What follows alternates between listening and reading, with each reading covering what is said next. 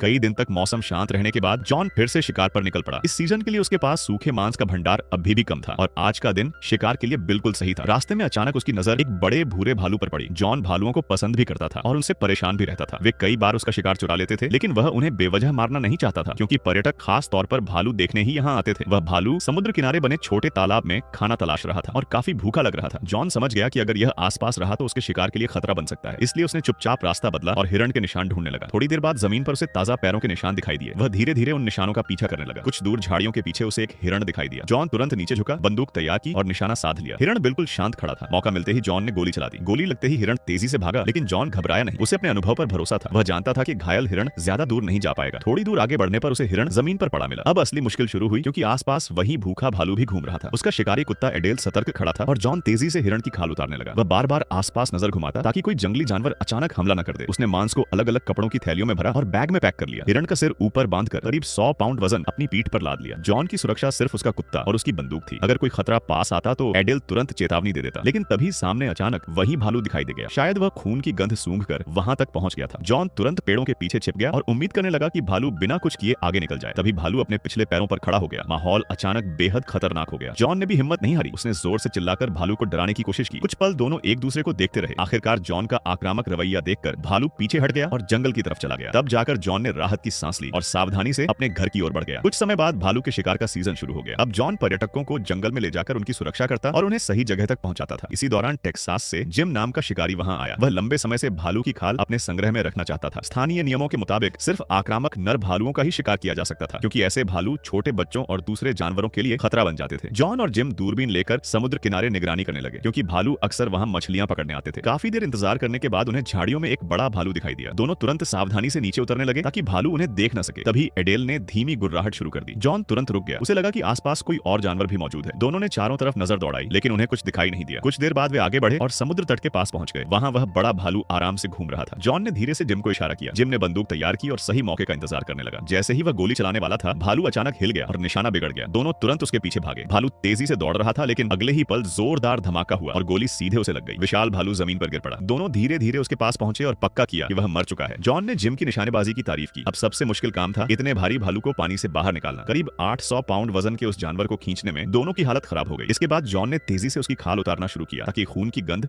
दूसरे शिकारी जानवरों को आकर्षित न कर सके। उसने छोटे चाकू से नीचे से कट लगाया और धीरे धीरे पूरी खाल अलग कर दी। आखिर में खाल को सावधानी से रोल करके पैक कर लिया गया। जिम जॉन की चाकू चलाने की कला देखकर हैरान रह गया। काम खत्म होने के बाद दोनों ने सामान उठाया और सफल शिकार के साथ संतुष्ट होकर वापस लौट पड़े। अगर आपको ऐसी रोमांचक जंगल और शिकार की कहानियां पसंद है तो चैनल को सब्सक्राइब जरूर करें।